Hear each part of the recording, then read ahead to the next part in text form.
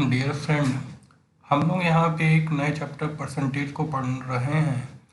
इस चैप्टर की सबसे बड़ी बात ये है कि ये कई एग्ज़ाम्स में आता है, चाहे वो स्टेट लेवल हो, चाहे वो सेंट्रल लेवल का एग्ज़ाम्स हो।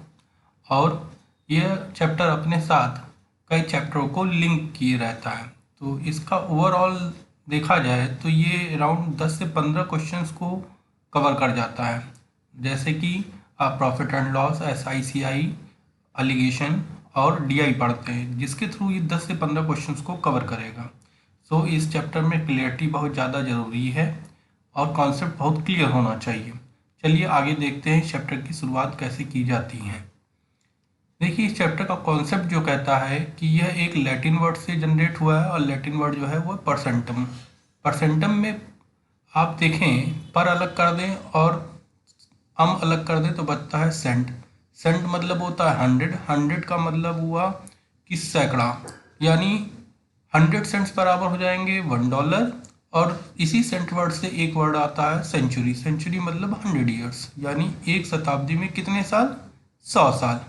अब देखिए यहाँ से परसेंट की डिफिनीशन क्या होगी? 1/100, यानी जिसको आप परसेंटेज कहते हैं। परिभाषा देखी जाए तो इस तरीके से है, in terms of mathematics a percentage is a number or ratio express as a fraction of 100, यानी 100 के सापेक्ष निकाला गया मान ही प्रतिशत कहलाता है। इसे प्रतिशत के सिंबल से डिनोट किया जाता है और यह एक प्योर नंबर होता है। फिर इसमें कुछ इंपॉर्टेंट वैल्यूज़ हैं, इनको हमें देखना है। ये इंपॉर्टेंट वैल्यू इस तरीके से 1/1 इक्वल टू 100% होगा। यानी ये कैसे बन रहा है? फ्रैक्शन ऑब्लिक रेशियो को हम कन्वर्ट कर रहे हैं परसेंटेज में, यानी 1/1 को 100 से गुणा कर दीजिए और परसेंटेज का चिन्ह लगा दीजिए, तो क्या होगा? ये 100% होगा। इसी तरीके से 1/2 50%, 1/3 यानी 100/3 परसेंटेज बराबर होगा 33/3%, 1/4 इक्वल टू 25%, 1/5 इक्वल टू 20%, 1/6 जो होता है ये इक्वल टू 50/3% होता है, जो कि 16 सही 2/3% के बराबर होगा। 1/7 इसी तरीके से 14 सही 2/7%, और 1/8 जो होगा वो 12.5%, यानी 12.5%, यानी 12:1/2% होता है। 1/9 11/11:1/9%, एंड 1/10 इक्वल टू 10% होता है। इधर की सारी वैल्यूज़ आप देखें, ये इतना स्टेबल की जो आपके स्क्रीन पे है, यदि ये याद रहे तो बहुत अच्छा, अदरवाइज आप प्रतिशत को निकाल सकते हैं भिन्न और रेशियो को प्रतिशत में कन्वर्ट करके। और यदि ये याद रहता है तो आपका टाइम एग्जाम में बहुत ज़्यादा सेव होगा, ताकि उससे आप अधिक से अधिक क्वेश्चन अटेम्प्ट कर पाएँ। आगे देखिए कितने टाइप्स की प्रॉब्लम्स आती हैं। इस चैप्टर में अराउंड 10 टाइप्स की प्रॉब्लम्स आती हैं।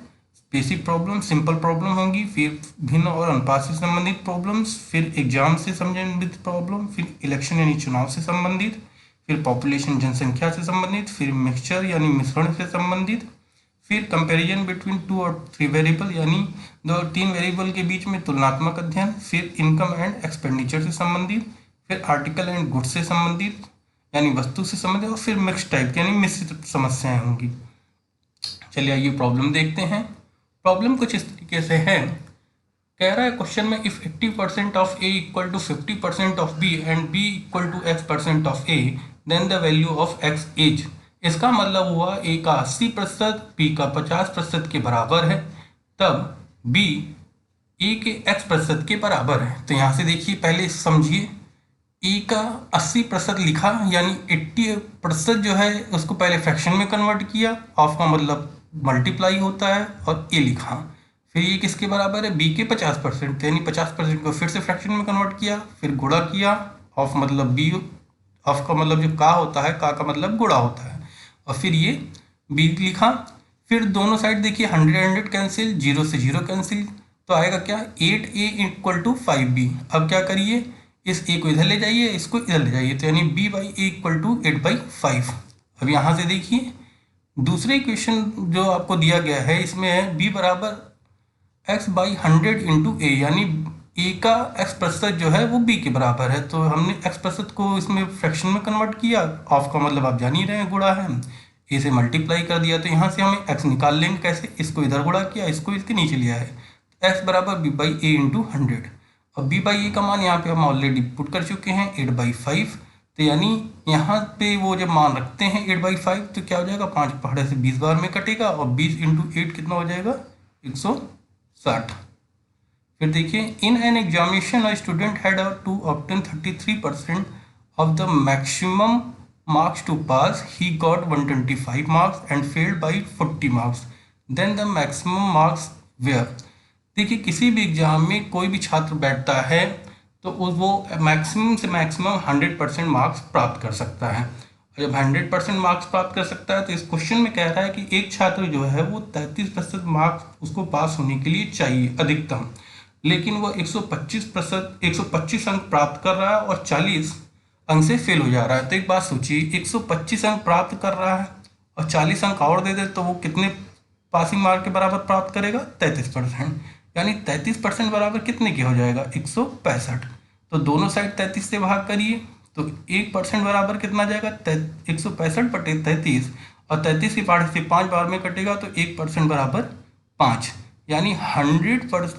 अब देखिए, टोटल मैक्सिमम कितना ला सकता है, वो 100% ला सकता है।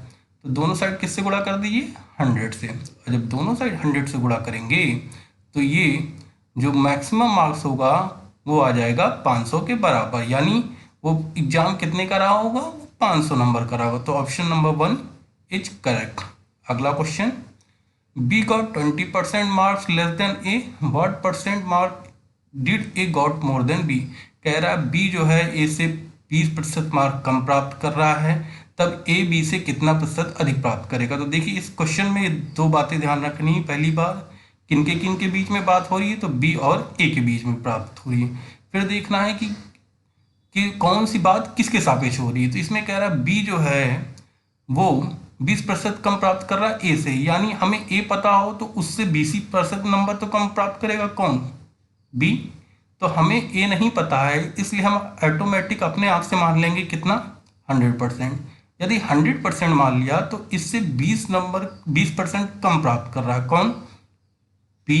और बी कितना हो जाएगा, यदि ये 100 है तो ये अपने आप में 80%। तो यहाँ पे क्वेश्चन में पूछा जा रहा है what percent mark did get A more than B, यानी ए कितना अधिक प्राप्त कर रहा है बी से। तो ए देखिए कितना अधिक है, इससे 20 अधिक है। पहली बात तो समझिए, क्वेश्चन में जिसके बारे में बात किया जाएगा वो ऊपर, जिसके सापेक्ष बात किया जाएगा वो नीचे। कह रहा है ए कितना अधिक पा रहा है, ए 20% अधिक पा रहा है, और किससे अधिक पा रहा है, बी से। तो बी से यानी बी जिसके सापेक्ष वो नीचे। तो ए देखिए अपने आप में कितना अधिक प्राप्त किया, 20%, और किससे प्राप्त कर रहा है, बी से, यानी वो 80 है। तो 20 के पहाड़े से 4 बार में और 4 के पहाड़े से 100 कटेगा, वो 25 बार में। तो यानी आंसर कितना हो जाएगा, 25%। Option number 2। क्वेश्चन नंबर, अब यहाँ से देखिए 4, if 120 is 20% of a number then 120% of that number will be, यानी किसी संख्या का 20% 120 के बराबर है तो उस संख्या का 120% ज्ञात कीजिए। देखिए 20% जो है वो 120 के बराबर है, और जब 120 के बराबर है तो 1% बराबर कितना हो जाएगा, 6 के। तो हमें उस संख्या का 120 ज्ञात करना है, तो सीधे डायरेक्टली दोनों साइड क्या कर दीजिए, 120 से गुणा कर दीजिए। जब दोनों साइड 120 से गुणा कर देंगे तो यह आंसर हो जाएगा 720, यानी ऑप्शन नंबर 4। फिर देखिए 5 question, when 75% of a number is added to 75 then result is the same number, find the number. कह रहा है यदि किसी संख्या के 75% में 75 ऐड किया जाता है तो वही संख्या प्राप्त हो जाती है, तब वह संख्या ज्ञात कीजिए। तो बात समझिए, यदि 75% में उस संख्या के 75 ऐड किया जा रहा है तो भैया देखिए 75% तो था ही नंबर और उसमें 75 ऐड किया जा रहा था, यानी ये 75% था तो ये 75 बचा हुआ कितना होगा, 25% के बराबर होगा। तो 25% बराबर 75, तो 1% बराबर 3, और अपने आप में नंबर कितने परसेंट होगा, 100%। तो दोनों साइड 100 से गुणा कर देंगे तो ये कितना हो जाएगा, 300, यानी ऑप्शन नंबर 3। फिर अगला क्वेश्चन देखिए, a dozen pair of socks quoted at rupees 180 are available at discount of 20. How many pair of socks can be bought for rupees 48? कह रहा है कि 180 रुपये पे 20% का डिस्काउंट देने पर 1 दर्जन मोजे प्राप्त होते हैं, तब 48 रुपये में कितने जोड़ी मोजे प्राप्त होंगे। तो आप एक बात समझिए कि 20% दे दिया गया 180 का, तो वो जो बाकी बचा हुआ अमाउंट होगा उसी में तो 1 दर्जन ले रहा है। तो यानी पहली बात तो 20% निकाल दिया जाए 180 का, तो बचेगा कितना, ये बचेगा 80%। तो यानी 80% ऑफ 180 बराबर निकालेंगे पहले 80, तो परसेंटेज को फ्रैक्शन में, फिर ऑफ का मतलब गुणा और फिर 180, ये बराबर आ जाएगा 144। यानी 1 दर्जन जो मोजे ले रहा है वो कितने रुपए में, 144, और 1 दर्जन में कितने पेयर होंगे, 12 पेयर होंगे। तो जब 12 पेयर होंगे तो 1 पेयर बराबर कितना हो जाएगा, 144/12, तो यानी ये कितना आ जाएगा, 12। अब कह रहा है कि 48 रुपये में कितने खरीदेगा, तो ये देखिए 1 पेयर जो है वो 12 रुपये का है, तो 48 रुपये करने के लिए दोनों साइड 4 से गुणा कर दिया जाए, और जब दोनों साइड 4 से गुणा करेंगे तो 4 पेयर बराबर हो जाएगा 48 रुपये। यानी इसको देखा जाए रिवर्स में, तो 48 रुपये में इसने कितने पेयर खरीदिए, 4 पेयर, तो आंसर कितना हो जाएगा, 4 पेयर, ऑप्शन नंबर 2। अब अगला क्वेश्चन देखिए, 2 numbers are less than a third number by 30% and 37% respectively. The percent by which the second number is less than the first number. Question कह रहा है 2 संख्याएं तीसरी संख्या से क्रमशः 30 व 37% कम है, तब यह बताइए दूसरी संख्या पहली संख्या से कितने प्रतिशत कम है। तो आप एक बात सोचिए, 2 संख्याएं ए और बी तीसरी संख्या से 30 और 37% कम है। तो एक बात सोचिए, हमें यदि तीसरी संख्या पता हो तो उससे 30 और 37% कम कर लेंगे तो हमें पहली और दूसरी संख्या प्राप्त हो जाएगी।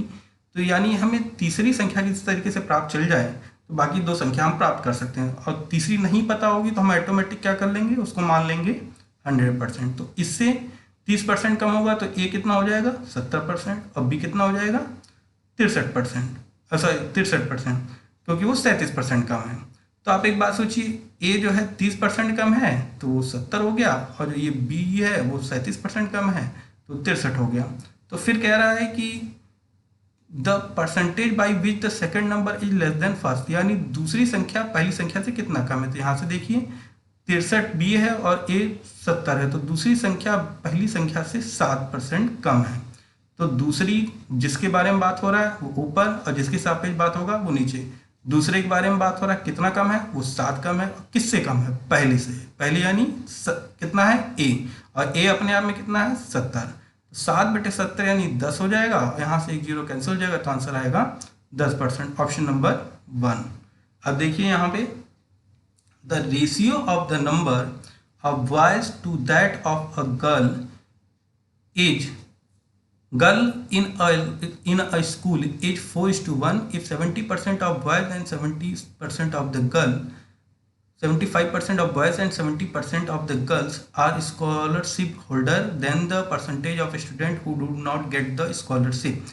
यानी कह रहा है कि यदि किसी स्कूल में लड़के तथा लड़कियों का अनुपात 4:1 है तथा 75% लड़कों ने तथा 70% लड़कियों ने छात्रवृत्ति प्राप्त की हो, तब कितने छात्रों ने छात्रवृत्ति नहीं प्राप्त की, यानी कितने प्रतिशत छात्रों ने छात्रवृत्ति नहीं प्राप्त की। तो देखिए हम अपने आप से मान लेंगे कि क्लास के सभी छात्रों की प्रतिशत कितना होगा, अपने आप में 100%।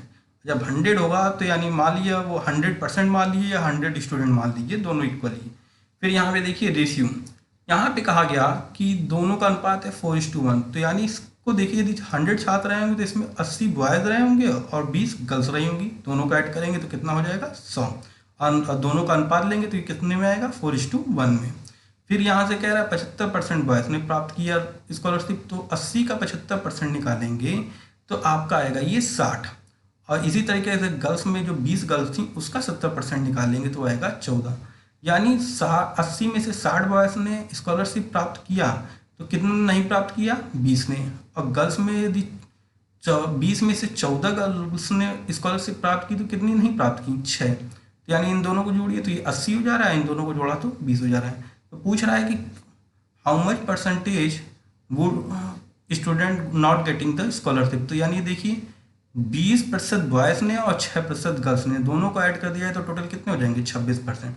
यानी 26% स्टूडेंट हमारे क्या नहीं प्राप्त कर रहे हैं, छात्रवृत्ति प्राप्त नहीं कर रहे हैं। Hence option number 4। अब देखिए, the ratio of the number of boys to that girls in the village is 3:2। If 30% of boys and 70% of girls appeared in the examination, the ratio of the number of villagers appeared in the examination to that not appeared in the same examination। कह रहा है किसी भी exam में यदि एक गांव के लड़के तथा लड़कियों का अनुपात 3:2 है तथा उसमें से 30% लड़के तथा 70% लड़कियां परीक्षा पास होती हैं, तो आप यह ज्ञात कीजिए कि उत्तीर्ण होने वाले छात्रों तथा अनुत्तीर्ण होने वाले छात्रों का अनुपात क्या होगा। तो हमने क्या किया, हमने पहली बात तो फिर से वही चीज़, हम स्टूडेंट्स की संख्या मान लिए 100। रेशियो क्या है 3:2। तो 3:2 देख रहे हैं, तो यानी इस हिसाब से देखा जाए तो नंबर ऑफ बॉयज़ कितने हो जाएंगे 60 हो जाएंगे और गर्ल्स कितनी हो जाएंगी 40। दोनों का रेशियो लेंगे तो 3:2 ही आएगा।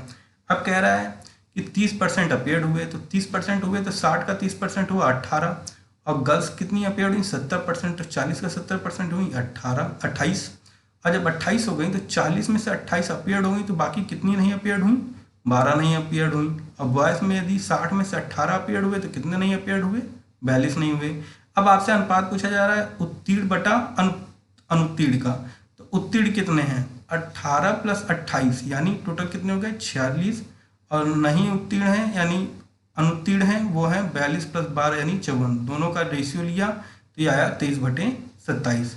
यानी आप देखिए इसमें पूछा गया ratio of the appear to the examination and non appear, ठीक है।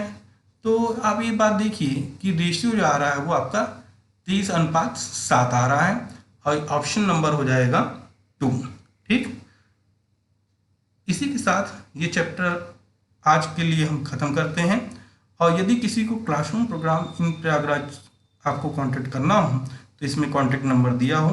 लेक्चर पसंद आया हो तो बेल का आइकन जरूर दबाएं और साथ में चैनल्स को सब्सक्राइब कर लें। Thank you.